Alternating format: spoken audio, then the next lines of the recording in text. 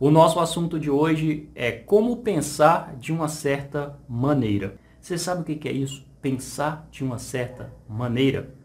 Você já está vendo eu balançando o livro aqui, né? Porque esse livro será a referência, onde nós iremos ler, né? Se você tiver ele também aí, A Ciência de Ficar Rico, de Wallace de Wattles. Então, se você tem esse livro aí, você pode ver qual a página que eu estarei fazendo a leitura aqui, né? Eu vou pegar alguns parágrafos, é claro. A partir da página 28. Vamos lá, irei parando aqui ao longo do vídeo e fazendo mais comentários. Eu disse que as pessoas ficam ricas agindo de modo certo. E para conseguir isso é preciso pensar de acordo. O modo pelo qual uma pessoa age é o resultado direto do modo como ela pensa a respeito das coisas. Antes de uma pessoa agir, fazer qualquer coisa no mundo, primeiro ela teve um pensamento que o impulsionou a fazer aquilo. Então as pessoas agem de acordo com aquilo que elas pensam. Por isso ele fala aqui, o modo pelo qual uma pessoa age é resultado direto do modo como ela pensa a respeito das coisas. Ninguém age de forma em vão ou acidental.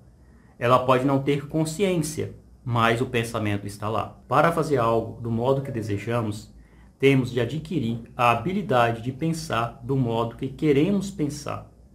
Este é o primeiro passo para ficar rico. Pensar o que queremos implica pensar a verdade, independentemente das aparências. Vou ler de novo. Pensar o que queremos implica pensar a verdade. Está até destacado aqui, independentemente das aparências, independente do que o mundo está mostrando. Pensar de acordo com as aparências é fácil. Você vê as coisas no mundo e pensa de acordo com aquilo que está vendo. Nem é pensar, né? É uma atividade mental que corresponde àquilo que está vendo. Pensar de acordo com as aparências é fácil. Pensar a verdade, independentemente das aparências, é trabalhoso e implica maior esforço do que qualquer outro trabalho. Implica maior esforço do que qualquer outro trabalho. Então imagine os trabalhos mais difíceis que existem no mundo, e mais duro, mais árduo. E pensar é ainda mais difícil do que fazer esses trabalhos. Então raras pessoas realmente conseguem desenvolver essa capacidade. De modo geral, as pessoas procuram evitar a todo custo o trabalho de manter um pensamento durante algum tempo.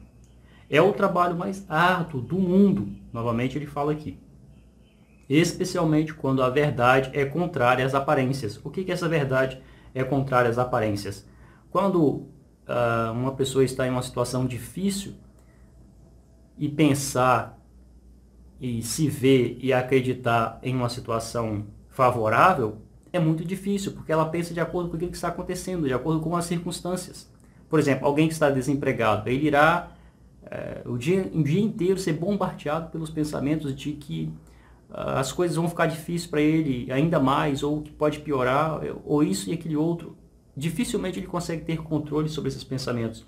Mas com a prática e com a persistência, isso é possível. Por isso que ele está falando aqui. Só que isso exige uma determinação. Toda aparência no mundo visível tende a produzir uma forma correspondente na mente que a observa. E isso só pode ser evitado mantendo o pensamento na verdade. O exame da aparência de uma doença produz a forma da doença em nossa mente e, por fim, no corpo. A não ser que possamos manter o pensamento na verdade, que nos diz que não existe doença alguma, que é apenas uma aparência e que a verdade é a saúde.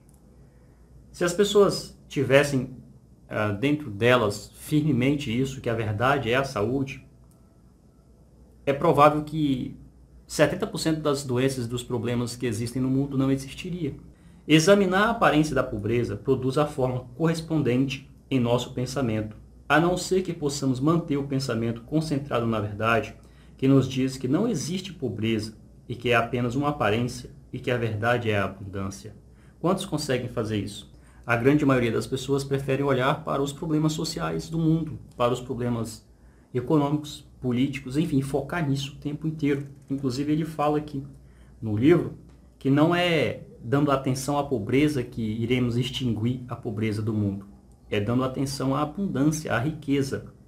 Não é dando atenção às doenças que nós iremos extinguir as doenças. É dando atenção à saúde. Ou seja, as pessoas fazem o oposto. Pensar na saúde quando estamos cercados pelas aparências da doença, ou pensar em riqueza em meio às aparências da pobreza, exige poder. Mas quem adquire esse poder torna-se um sábio. Quem adquire esse poder torna-se um sábio. Tem condições de dominar o destino. Pode ter o que quiser. Esse poder só pode ser adquirido quando se domina o fato básico que subjaz às aparências. Existe uma substância pensante da qual e pela qual todas as coisas são feitas.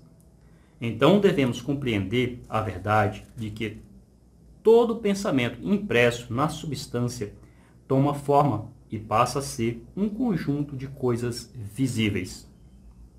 Essa substância pode ser entendida como o éter. Talvez não seja a palavra mais adequada para ser usada aqui, mas fica mais fácil para o entendimento.